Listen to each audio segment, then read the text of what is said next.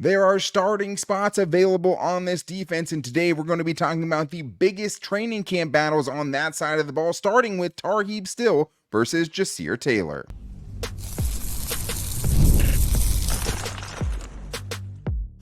You are Locked On Chargers, your daily podcast on the Los Angeles Chargers. Part of the Locked On Podcast Network, your team every day. What is up, and welcome into the Locked On Chargers podcast. I'm your host, Daniel Wade, joined as always by my co-host, David Drogemeyer, and we've been covering the Chargers together for 9 seasons, but this is our 7th year as the host of the Locked On Chargers podcast, bringing you your team every day. Thank you to the everydayers out there for making us your first listen, and to make sure that you never miss the show, go subscribe or follow for free on the Locked On Chargers YouTube channel, and listen wherever you get your podcast from. David, what do we got today? Daniel, the Chargers took 2 cornerbacks in the 2024 NFL draft, and I think Tarheeb Still will have a very good chance to earn a starting role, but he's going to have to wrestle it away from Junior Taylor. And the Chargers linebacker room is going to look completely different. All new faces in there: Junior Colson, Denzel Perryman, Daiyan Henley. We know the names, but we don't know who is going to start. That is going to be a fierce battle, and there are plenty of snaps available on the defensive line. Yeah, absolutely. And that's a position we are pretty concerned about, and it'll feel a lot better if somebody can really stand out during training camp and earn starting spots that are available. I mean, Morgan Fox, Poona Ford, we know they're veterans. There still feels like a lot of snaps and potentially a starting spot up for grabs. But today's episode is brought to you by FanDuel. Make every moment more. As playoffs wind down, the sport stops sporting like we want them to. But this summer, FanDuel is hooking up all customers with a boost or a bonus daily. That's right. There's something for everyone every day, all summer long. Visit FanDuel.com to get started. David, let's talk about the defensive side of things. If you missed it yesterday, we got into the biggest training camp battles on the offensive side of the ball. And today we're starting the defensive side of the ball with the secondary, and specifically the slot cornerback position, which I do feel like is a position that can be won because Tarheeb Still is not. It was drafted in the 5th round, maybe not to take over for Ja'Sir Taylor, but definitely to give them some options in the slot. And I don't think there was anything about Ja'Sir Taylor's game that was unassailable for 2023. There's nothing they did that said, hey, he is the guy in concrete and there's no taking that spot. Yes, I do think that there might be a small gap, and Ja'Sir Taylor is the incumbent and will go into camp as a starter. But there's a lot of Tarheeb Still's game, David, that you feel like, hey, he could go and win this job because of the type of the way that he plays and the type of big plays he can make.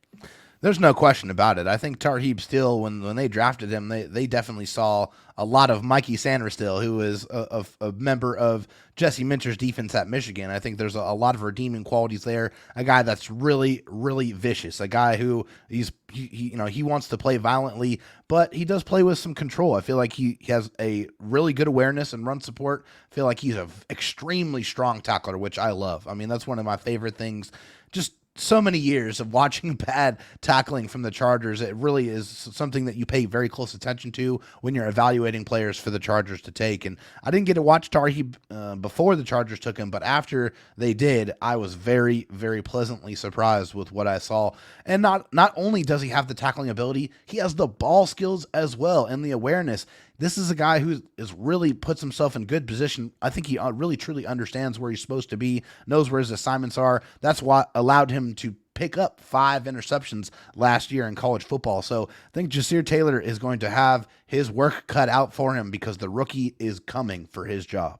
And I think about when you think about why this is important, you think about how good and how big of a role that Mikey Sanders still played for the Chargers or for the Michigan Wolverines, right? And why that position would be so important now for Jesse Minter with the Chargers. And I think that when you see Ja'Sir Taylor and you look at his numbers from 2023, like, they're not all that bad. I mean, when you're looking about him in coverage, he has an interception, 8 pass breakups in 2023, one of the leaders on the team, 72.8 passer rating allowed, and gave up 0 touchdowns, which is awesome. I think the big thing there is just the inconsistency. A lot of 3rd down conversions allowed. And when you talked about Tarheeb Still, the big thing you brought up was how he plays against the run. And that is going to be where he can separate himself from Ja'Sir Taylor, because Ja'Sir Taylor missed 23.5% of his tackles in 2023, was not good in run defense. And that absolutely was brutal for the Chargers, where you have someone like Tarheeb Still, yes, who had 5 interceptions last year, who has 22 career pass breakups, 9 tackles for loss. As a freshman, he played in 10 games. And as a senior, he played in 10 games and had 5 interceptions. He had an interception every other game. Like, that's such an outrageous clip. I mean, as a true freshman, he came in and broke up 8 passes in 4 games. Like that. That's just what That's this really guy impressive. was able to do. And I think having a guy like Deonte Banks, a first-round pick, Ja'Cory Bennett, another drafted player ahead of him as a junior, limited some of those numbers, but I think you saw him really break out as a senior. I'm surprised there weren't more people interested in him. And David, I do think that he's a guy that can make up that gap and one of the really, really important training camp battles, because you have enough questions on the outside with Sante Samuel Jr. and Christian Fulton. You need whoever's coming out of this slot position to play well in the times where you don't have like someone at Derwin James or someone else filling that role. Well, you just got to feel comfortable with who you have out there. You have to have a guy that you trust, a guy that can be secure when you're tackling, because these guys are playing closer to the football. They're playing closer to the action. They're playing against these very quick, these very shifty, usually very good route runners. So they have to be precise. They have to be smart. Sometimes it's okay to take some chances, but you have to play sound, quality football in the slot. It's extremely important. And yeah, Derwin James will rotate in that position occasionally, I'm sure. But I mean, you're going to have a guy that's going to be in that slot cornerback position majority of the time, and they're going to have to prove that they're competent. They have to make sure that they can tackle. It's so important, especially in Jesse Minter's defense. He's going to want to hit the ground running, right? I'm sure this is a guy that has, aspirations to be a head coach one day. The faster he can get his defense to be rolling and, be hitting on all cylinders, the faster he can, get to where he wants to be. And of course, that is part of making sure he has the right players out there on the field to do the job. Absolutely. And slot corner these days is a starting spot. You play 3 corners most of the time. So that's why this leads the list today, because it's an open spot potentially for a guy and a rookie in Tarheeb Still to come take it. And I think another very, very not equally important, but almost important position battle that's going to be happening is the battle for CB3, which basically to me means the first outside cornerback that's on the field after Asante Samuel Jr. and Christian Fulton. They've shown faith that those are the guys they want out there on the outside starting. They're going to be the starters going into it, and it feels like they're not unimpeachable, but it feels like somebody would have to do something pretty crazy to take that spot away from him. But CB3 is important, and it's a good battle too, because it's Dean Leonard versus Cam Hart. Dean Leonard, David, last year we were talking about is the most improved player from 2022 to 2023, a guy who's improved tremendously, got a little bit of run last year, started 3 games for the Chargers last year, didn't play exceptionally well, but it wasn't the reason they lost either. And now you get a guy in Cam Hart that really the biggest knock on him was just the inability to stay on the field and the multiple shoulder surgeries that he's had. This is a hell of a battle. This is going to be a really good battle. It really will be, and it is very important because, when you look at the cornerback position, that's another position that deals with a lot of attrition, a lot of soft tissue injuries. You want to make sure that the next corner that's on the field can mitigate the drop-off as much as possible. You want to have competent guys out there. With Dean Leonard, I feel like his play was up and down, but a lot more impressive than what I was expecting out of him. A guy that has a really cool story as well. Hasn't really been playing organized football for very long, but has a ton of real kind of skills and real true speed. Like, this guy can really run. And I think you do see that when you're watching him, watching him cover. And, with Cam Hart, he's a giant. He's a humongous cornerback. I mean, 6'2", 6'3" on the outside. I think the only thing that stops him from, being more in contention is showing that he can stay healthy. The chronic shoulder injuries are definitely a concern. You have to make sure that you can be on the football field. Availability is one of the best abilities. Cam Hart coming into the NFL has a skill set that definitely can lend itself to being physical on the outside, but he's just got to stay on the field. Yeah, it is a stylistic thing too, and I think when you're looking at the biggest difference between a Cam Hart and a Tarheeb Still to a Jasir Taylor and a Dean Leonard, a 6th and 7th round pick in their own right, you're looking at guys who are more physical and that are more willing to tackle. And because Dean Leonard, that was one of the biggest things that held him back when he got time last year, was just the inability to play solid run defense. And I think that is somewhere where Cam Hart can definitely separate himself, even though I think from his college tape, I would say I wanted to be a little bit more aggressive to get in on the action, to get off blocks and things like that. But yeah, I mean, he was playing organized football for a while. I mean, it was a Canadian college, right? So it's a little different. But Dean Leonard ended up coming from Calgary, the University of Calgary Dinos, where he was a 2-time All-Canadian, but then it went immediately to the SEC, which is a gigantic that's more of what I league. meant. Yeah. Sure, you just said organized football, and I just, we're taking shots at Canadians. Shout out to all our Canadian fans. Shots. But what he's been able to do, not starting at Ole Miss, then becoming a starter as a senior, then not getting any playing time as a rookie in the NFL, to how improved we saw him look last year, there's no reason to think he's not going to come out an even better version of himself this year, which is going to make, I think, the race between him and Cam Hart for that CB3 role that much more intriguing. But another starting spot, or maybe two, are up for grabs in the linebacker room because the Chargers brought in Denzel Perryman as a veteran, great depth no matter what. But it feels like the best opportunity or the best kind of duo of linebackers for this team for the long term is definitely Junior Colson and Daiyan Henley. But will that be the starting lineup week one? That's one of the best training camp battles going into camp. We're going to talk about that and much more in today's Locked On Chargers podcast. First, though, I need to tell you guys about LinkedIn, because when you're hiring for your small business, you want to find quality professionals that are right for the role. And that's why you have to check out LinkedIn Jobs, because LinkedIn Jobs has the tools to help you find the right professionals for your team faster and for free. LinkedIn isn't just a job board. LinkedIn helps you hire professionals you can't find anywhere else, even those who aren't actively searching for a new job, but might be open to the perfect role, because they say, hey, if you're looking for a new job, the best time to do it is when you have a job, not when you need one. So go find people even from other companies who aren't even looking for a job yet, because in a given month, over 70% of LinkedIn users don't visit other leading job sites. So if you're not looking on LinkedIn, you're looking in the wrong place.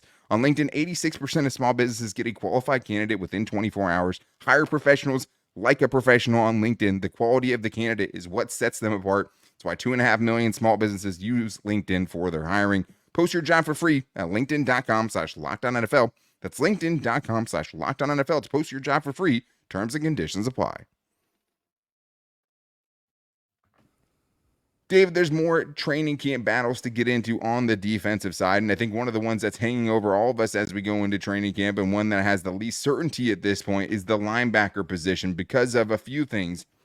With Junior Colson injected into this room, a guy who played for Michigan and Jesse Minter last year under Jim Harbaugh, going up against a veteran that obviously the Chargers signed out in Denzel Perryman, and a Daiyan Henley who we all wanted to see on the field last year and just really never got it because of Eric Kendricks and Kenneth Murray. This is a great battle going in, David, and I think it's really important because I know that we know that in Jesse Minter's defense, or even when you look at Mike McDonald's defense and the impact that Roquan Smith had, that centerpiece is so important, and it's an undervalued, I think, position at this point. And Daniel Popper, basically, when he was talking about training camp coming up in his storylines on The Athletic, which you're going to want to make sure you subscribe to going into camp, because that's the only person who's putting out a comprehensive report of practice every single day of practice. He said it was a three-man race for two jobs, which is interesting because Denzel Perryman, Junior Colson, more Mike linebackers, Daiyan Henley, more of a Will linebacker. But I think it tells you that there might be some concessions made there. Like a Colson could play with a Denzel Perryman.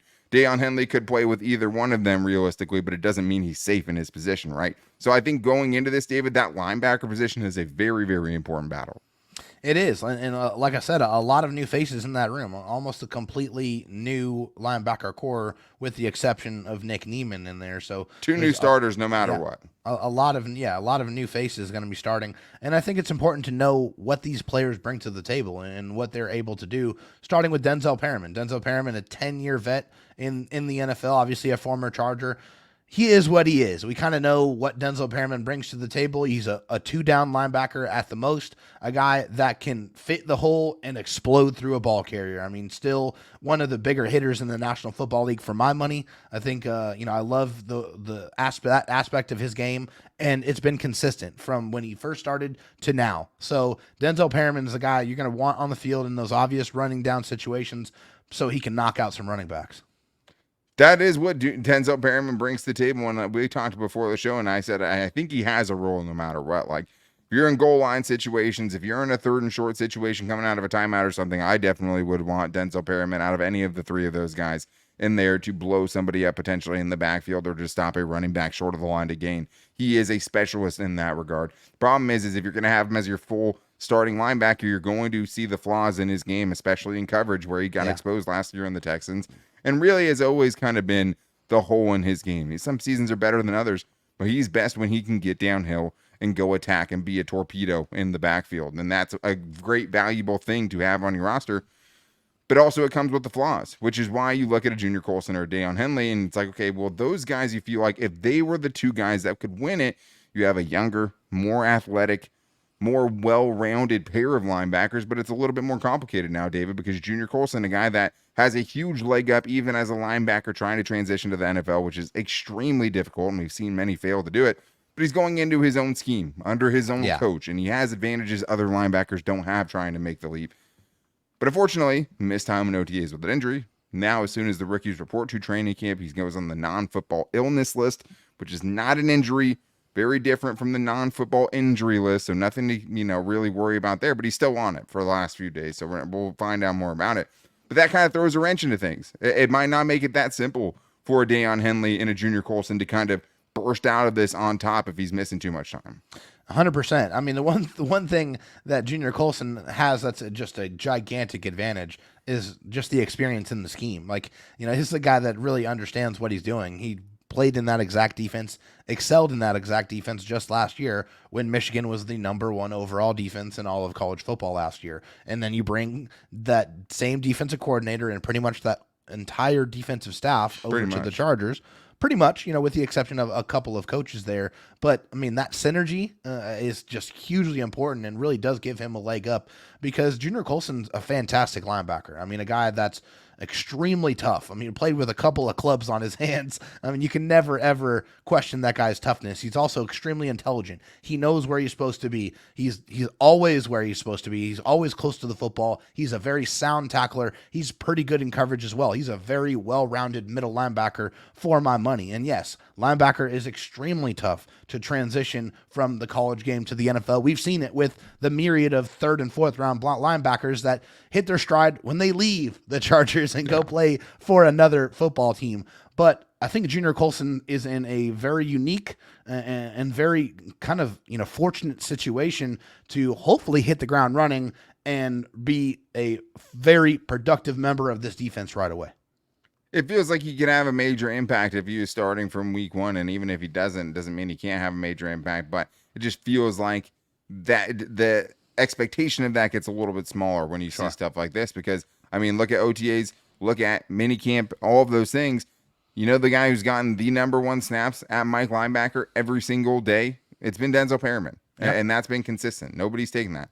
Even Daiyan Henley has lost snaps with the first team to a Troy Dye, who, might be coming for some of his snaps or potentially for his job. But looking at Daiyan Henley, this is the one I'm going to be super excited to watch, but also kind of wary because it does feel like I'd just be disappointed if it's not him who's the starter. If he's not picking up the defense quickly enough for whatever reason, if he's not being where he's supposed to be, that's going to be super disappointing because I think this defense can really only get to the heights I believe that it can if Daiyan Henley is in there and he's playing well. And we saw it last year in a very small sample size, David, and he goes into this training camp and it's nothing's for sure. He has to go earn this role in year 2.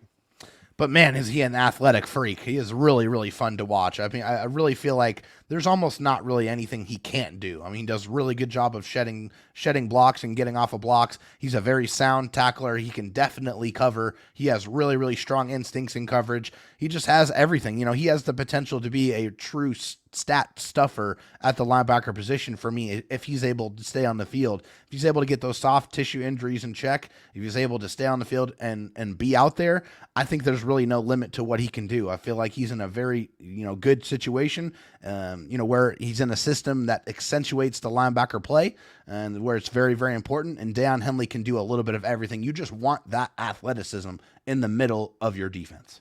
And this was a smart player too. Remember watching him when he was at Washington State and just always felt like he was filling the right gap.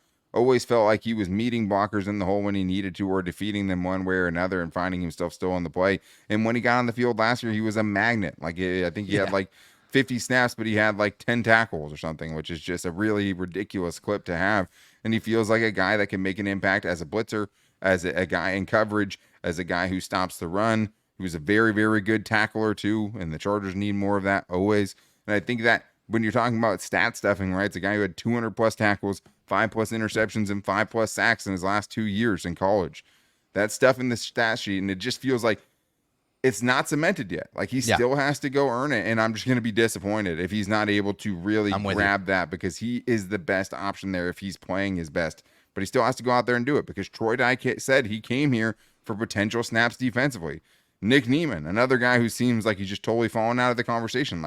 These are battles that are going to happen. All these guys are going to get a chance to put their best foot forward. And I just really hope that Daiyan Henley is able to do it just because I think him being one of the 2 starting linebackers is the best version of this Chargers defense in 2024. And I think it's one of the biggest improvements that you could hope for from 2023 to 2024, getting impact players at the linebacker position. The Chargers haven't had that. There was like 1 year of Denzel Perryman and what was his name? Jatavis Brown. Yeah, remember that? The 1 year both those guys were balling out, and that was incredible. That was it. As far as 2 linebackers both playing well at the same time, we've seen individual breakouts from a Kazir White or a Drew Tranquil, right? But it hasn't been a strength for this team in a long time. Feels like it has a chance to do that if things shake out the right way in training camp coming up starting tomorrow. But we still have more to get into, including how many spots are available on this defensive line. A lot of young guys, a lot of unproven guys on this defensive line that could end up being starters, and a great opportunity to do so. We're going to talk about that and that 3rd safety spot and more in today's Locked On Chargers podcast.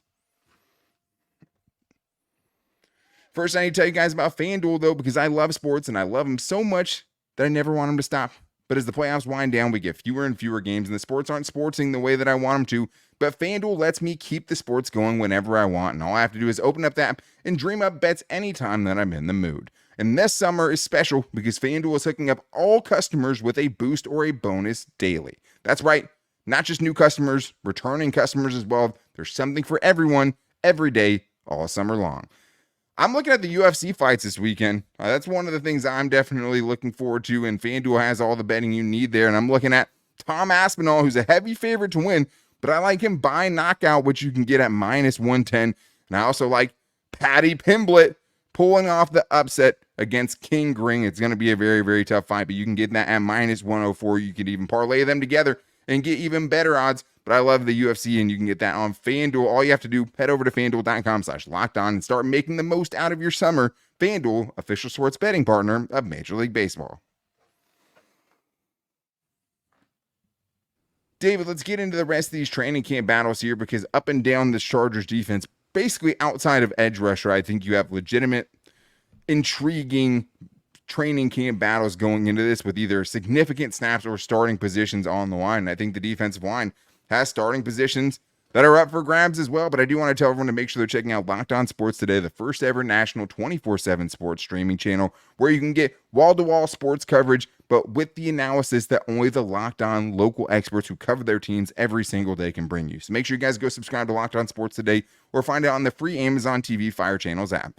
David, let's get into the defensive line, because this is a very interesting one. And what I really thought about with this is the least proven talent amongst any of the Chargers position groups. And I think when you're talking about proven roles or guys that are going into the season already with a role kind of locked up, it's Morgan Fox, but he's asked really at his best to just rush the passer. That's when he's at his best. They're not really playing 50 snaps. Poona Ford, similar to that, right? Goes in as a presumed starter, but also not a guy that you want to play the entire game. And in a 3-4, you really have one more starting defensive lineman, and who is that right now, right? Like, who is this? Is it Scott Matlock? Is it Tito Ogbonnia? Is it a Justin Eboigbe? This is a very interesting position group heading into training camp, because the Chargers absolutely need some guys to step up in this room, because if not, man, it could be ugly. This, like, they ranked the 32nd out of 32 defensive line groups in the NFL. But this is the chance for these guys to all step up and show that, hey, there's some players in this room. This is the most concerning position group on this team, in my opinion. The defensive line, just outside of Poona Ford, who really had a hard time kind of being active on game days last year for the Bills. Yeah, just never clicked with the Bills for whatever reasons. It felt weird, right? No, definitely. It was just a really strange situation there. Morgan Fox, like Daniel said, is more of a situational pass rusher. You know what you have in those two guys for the most part. Outside of that, there is a ton of uncertainty, and there's probably 3 or 4 guys that are vying for those snaps. Scott Matlock, a guy that Jim Harbaugh has spoken very highly of as far as his leadership ability, a former Ginger, or a fellow Ginger, I should say, not former. Sure.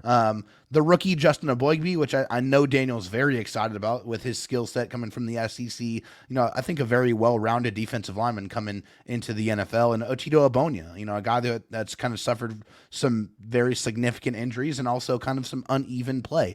But does have some talent there. They need somebody to break through to be able to snag, one of these spots. I think all of them are probably going to have a opportunity to do so because there's plenty of snaps available. You got to keep these guys fresh. You got to try to keep them able to continue to impact the game throughout the game. If you want to be a physical football team, it's not just physical for one quarter. It's physical for all 4 quarters, and that requires you to have a steady rotation of bodies that can come in and contribute on that defensive line. And I think one of those 3 names that you mentioned is going to be starting week 1. Yeah. Like, it's just how it is. Like, unless it's just Poona Ford and they're running nickel, right? It's Poona Ford and Morgan Fox, and then you have 2 edge rushers. But there's 3 down linemen. The first time you have 3 down linemen, that's a starter, whoever that guy ends up being. And to me, it's one of those 3 names that you brought up between Scott Matlock, Tito Ogbonnia, and Justin Eboigbe. Scott Matlock, man, in college, he was such a Tasmanian devil. He was a very skilled pass rusher, played on the edge and on the inside. He's been praised by the coaches. Tito looks the part, long frame, long arms, good in stretches at times, but hasn't been able to stay on the field consistently enough. And Justin Eboigbe, man, like, to me, my biggest note for him was never went backwards in the run game. And to get that as a rookie, from the SEC going up against a bunch of big old hog mollies, right? Like, it's not like that's a little guys that are getting drafted. Yeah. It's not the Pac-12, right? I mean, that doesn't exist anymore, but you never saw him go backwards, and I think that's going to help him. But he was also a tweener too, man. Like he's not a guy he's not Jamal Williams, right? No. Like he's not a guy you're just going to put at the nose tackle, right, and have him hold the point of attack. That's not his game. So how they deploy him will be super interesting. I like him, and I think he's going to contribute as a rookie. And I think the other conversation here is just like, can a Gerard Clark, can a Christopher Hinton come for a Tito Ogbonnia's job, who's not locked in? Feels like Scott Matlock's putting in some separation between him and the end of this roster.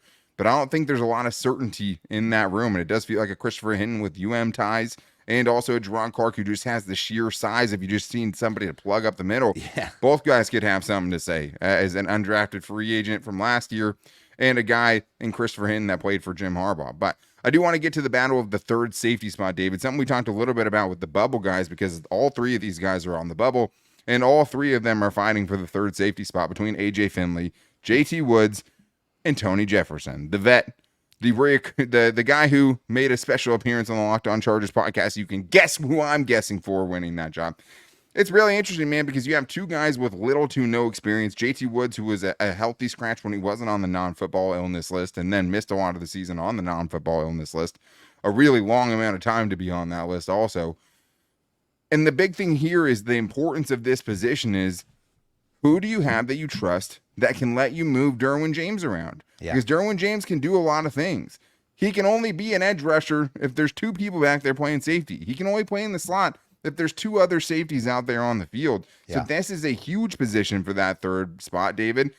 And it still feels like Tony Jefferson might be the leader in the clubhouse because A.J. Finley, mostly special teams guys, an undrafted free agent last year. And J.T. Woods, we still don't know if he can tackle. At this point, I'm not a believer just because I haven't seen it with JT Woods. Like, the ball skills were there. I mean, he showed a couple of flashes, but that's all it's ever been. It's never been potential turning into production. It's just been potential, and that's unfortunate for JT Woods. But, he has a clean slate, a new opportunity with a new defense to be able to show that he has grown and that he has been in the lab working and that he has gotten better because in a perfect world, you would want him to be much better at tackling and put him on the back end because he has the speed and the range to do that. But with his inability to tackle, you just can't feel comfortable with that. And Derwin James already said, Tony Jefferson, I want him to be on my team because it's going to allow me to move around and kind of do what I do, which is, a jack of all trades, master of all trades. But you got to have guys that you trust to do their jobs so Derwin James can do everything that he wants to do on the field. That's exactly right. And I think really, there's probably going to be 4 safeties on the team. So it's these 3 guys fighting for 2 spots. Yeah. I'd also throw a Jalen Phillips in there, who we talked about on our undrafted free agent show. Because the thing is also, like, if you take Tony Jefferson, Alohi Gilman, and Derwin James, not the most athletic combination of guys. Like, Derwin James is an uber athlete for sure, but no doubt. That's not the fastest, youngest group by any means if Tony Jefferson is the first guy off the bench. So there's a lot roster construction rise and what the kind of future of this team is, because Tony Jefferson isn't the safety of the future either. He's not a key depth role for multiple years, even though he said, this isn't just me coming back for a 1-year kind of farewell tour. He wants to get back in the league, for a couple more seasons, it sounds like, but still. JT Woods, crazy athlete, but almost unrosterable, almost unplayable in the time that we've seen him. AJ Finley is kind of whatever. So Jalen Phillips, hopefully he gets a shot here. Akeem Dunn, another guy we talked about. Hopefully the undrafted free agents get a shot here. Yeah. Because after Derwin James and Alohi Gilman, that room needs a lot of work and needs a facelift, and it needs one of those guys to step up desperately because one of those guys is going to be on the field. Like the third safety spot is not a starting role, but it's a dude who's going to get on the field and get defensive snaps every game, whether it's 5 or 10 snaps, whatever that may be. It's going to get snaps every game. And if you're a total liability, it's going to show up. You're only as strong as your weakest link. And if you're a JT Woods or someone out there that can't kind of hold their water and be in the right place at the right time, it's going to get exposed. So you need him to improve. You need a Tony Jefferson to show that he gets everything and has the athleticism still to play at this level. All of those things. It's a huge position battle going into this camp. And I'm excited to watch it play out. And it should be a ton of fun. But that's going to wrap things up for today's show. Make sure you guys are back here tomorrow because tomorrow is day 1 of 2024 Chargers training camp. And we'll be with you bright and early to talk about the things that we're most excited for. I think it's the most anticipated Chargers training camp of all time. At least my lifetime, hands down, bar none. Justin Herbert, Jim Harbaugh in public on the same field at the same time. First look at what's important without the pads on. Wide receivers, safeties, defensive backs. Time for them to shine. Make sure you guys are back here tomorrow so you don't miss it by subscribing or following for free on the Locked On Chargers Facebook page. Follow and subscribe wherever, right? Go follow on Locked On Chargers Facebook page as well. But also go follow and subscribe to the Locked On Chargers YouTube channel and listen wherever you get your podcast from too. You can find us everywhere. Everywhere you're looking, any medium, you can find us there. But you can also find us on Twitter at Locked On LAC, on our Instagram at Locked On Chargers, and me on Twitter at Dan Talk Sports, and David Drogemeyer at Dro Talk SD. We post the show to both those pages every single day. And I'm going to continue my paternity leave right now as a pre-recorded show. I'll be back with you guys tomorrow, though, and I'll be special guest appearing later in the week. But tomorrow we're getting into previewing day 1 Chargers training camp. We are so excited about it. But until then, guys, take it easy and go Bolts.